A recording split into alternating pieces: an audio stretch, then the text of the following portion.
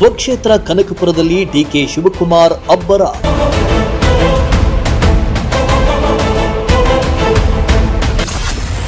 CM ಆದ ಬಳಿಕ ಮೊದಲ ಬಾರಿಗೆ ಕ್ಷೇತ್ರಕ್ಕೆ ಡಿಕೆಶಿ ವಿಸಿಟ್.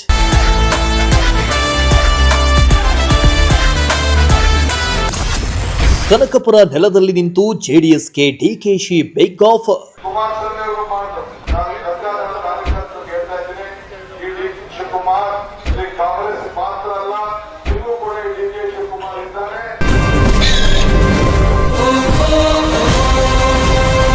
ಸ್ವಕ್ಷೇತ್ರ ಕನಕಪುರ ನೆಲದಲ್ಲಿ ಇಂದು ಸಿಎಂ ಡಿಕೆ ಶಿವಕುಮಾರ್ ಅಬ್ಬರಿಸಿದರು. ಸಿಎಂ ಆದ ಬಳಿಕ ಮೊದಲ ಬಾರಿಗೆ ಕನಕಪುರ ಕ್ಷೇತ್ರಕ್ಕೆ ಡಿಕೆಶಿ ಆಗಮಿಸಿದರು. ಕ್ಷೇತ್ರದ ಜನರಿಗೆ ಕೃತಜ್ಞತೆ ಸಲ್ಲಿಸುವ ಸಲುವಾಗಿ ಕನಕಪುರಕ್ಕೆ ಆಗಮಿಸಿದ್ದು, ಮನೆ ಮಗನಿಗೆ ಕ್ಷೇತ್ರದ ಜನರು ಕ್ರೇನ್ಗಳ ಮೂಲಕ ಬೃಹತ್ ಸೇಬಿನ ಹಾರ, ಹೂವಿನ ಹಾರ ಹಾಕಿ ಅದ್ಧೂರಿಯಾಗಿ ಸ್ವಾಗತ ಕೋರಿದ್ರು. ಇನ್ನು ಡಿಕೆ ಶಿವಕುಮಾರ್ಗೆ ದೃಷ್ಟಿಯಾಗಬಾರದು ಅಂತ ಜನರು ಬೃಹತ್ ಮೆಣಸಿನಕಾಯಿ ಹಾರ ಹಾಕಿದ್ದು ವಿಶೇಷವಾಗಿತ್ತು. ಜನರ ಮಧ್ಯೆ ನಿಂತು ನಾನು ನಿಮ್ಮ ಮನೆ ಮಗ, ನಿಮ್ಮೊಂದಿಗೆ ಸದಾ ಇರ್ತೇನೆ ಎಂಬ ಸಂದೇಶವನ್ನ ಡಿಕೆಶಿ ನೀಡಿದ್ರು.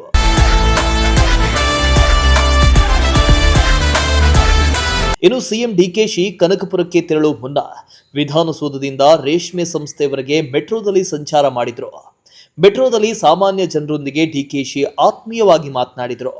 ಅಲ್ಲದೆ ಮೆಟ್ರೋದಲ್ಲಿ ಇದ್ದ ಪುಟ್ಟ ಬಾಲಕಿಗೆ ಡಿಕೆಶಿ ಚಾಕ್ಲೇಟ್ ನೀಡಿದ್ರು. ಡಿಕೆಶಿ ಜೊತೆ ಮೆಟ್ರೋ ಪ್ರಯಾಣಿಕರು ಸೆಲ್ಫಿ ಕ್ಲಿಕ್ಕಿಸಿಕೊಂಡ್ರು.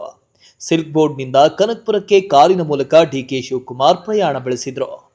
ಬೆಂಗಳೂರು ದಕ್ಷಿಣ ಜಿಲ್ಲೆಯ ಹಾರೋಹಳ್ಳಿಗೆ ಆಗಮಿಸಿದ ಸಿಎಂರನ್ನ ಶಾಸಕ ಇಕ್ಬಾಲ್ ಸ್ವಾಗತಿಸಿದ್ರು. ಬಳಿಕ ಆಂಜನೇಯ ಸ್ವಾಮಿ ದೇವಸ್ಥಾನದಿಂದ ಬಸ್ ನಿಲ್ದಾಣದ ಸರ್ಕಲ್ನವರೆಗೆ ಅದ್ಧೂರಿ ಮೆರವಣಿಗೆ ಮಾಡಲಾಯಿತು.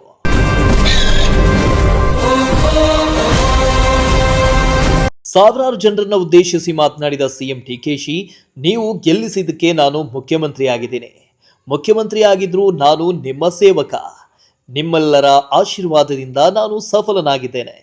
ನಿಮ್ಮ ಏನೇ ಸಮಸ್ಯೆ ಇದ್ರೂ ನಮ್ಮ ಮನೆ ಬಾಗಿಲು ತೆರೆದಿರುತ್ತೆ. ನಿಮ್ಮ ಸಮಸ್ಯೆಗಳಿಗೆ ಪರಿಹಾರ ನೀಡ್ತೇವೆ ಅಂತ ಹೇಳಿದ್ರು.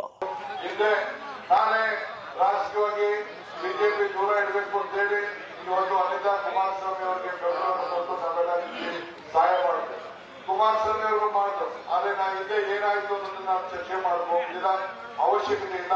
ನಾನು ಈ ಜನತಾದಳ ಕಾರ್ಯಕರ್ತರಿಗೆ ಹೇಳ್ತಾ ಇದ್ದೀನಿ, ಈ ಡಿ ಶಿವಕುಮಾರ್ ಕಾಂಗ್ರೆಸ್ ಮಾತ್ರ ಅಲ್ಲ, ನಿಮಗೂ ಕೂಡ ಈ ಡಿಕೆ ಶಿವಕುಮಾರ್ ಇದ್ದಾರೆ.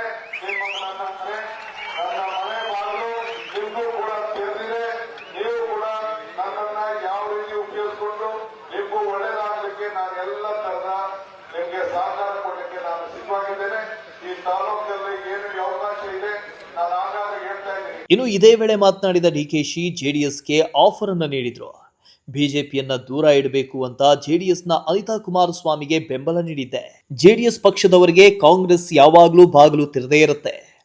ದೇವರು ವರ ಶಾಪ ಕೊಡಲ್ಲ, ಅವಕಾಶ ಮಾತ್ರ ಕೊಡ್ತಾನೆ. ಮುಂದಿನ ಬಾರಿ 136 ಸೀಟ್ಗಳಿಗಿಂತಲೂ ಹೆಚ್ಚು ಬೆಂಬಲ ನೀಡಬೇಕು ಅಂತ ಡಿಸಿಎಂ ಡಿಕೆ ಶಿವಕುಮಾರ್ ಜನರಲ್ಲಿ ಮನವಿ ಮಾಡಿದ್ರು.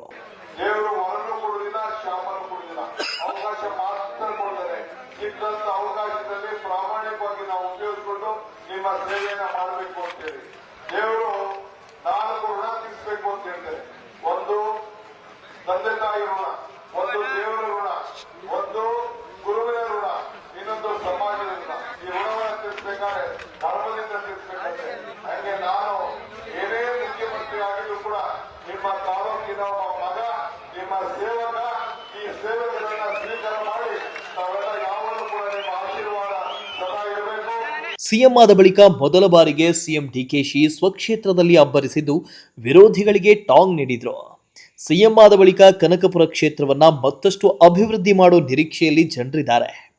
ಡಿಕೆಶಿಗೆ ಸರಿಸುಮಾರು 2 ವರ್ಷಗಳ ಕಾಲ ಆಡಳಿತ ಸಿಗಲಿದ್ದು, ಯಾವ ರೀತಿಯ ಅಭಿವೃದ್ಧಿ ಕೆಲಸ ಮಾಡ್ತಾರೆ ಅನ್ನೋದನ್ನ ಕಾದು ನೋಡಬೇಕು. Bureau report, Prajashakti TV, Kanakapura.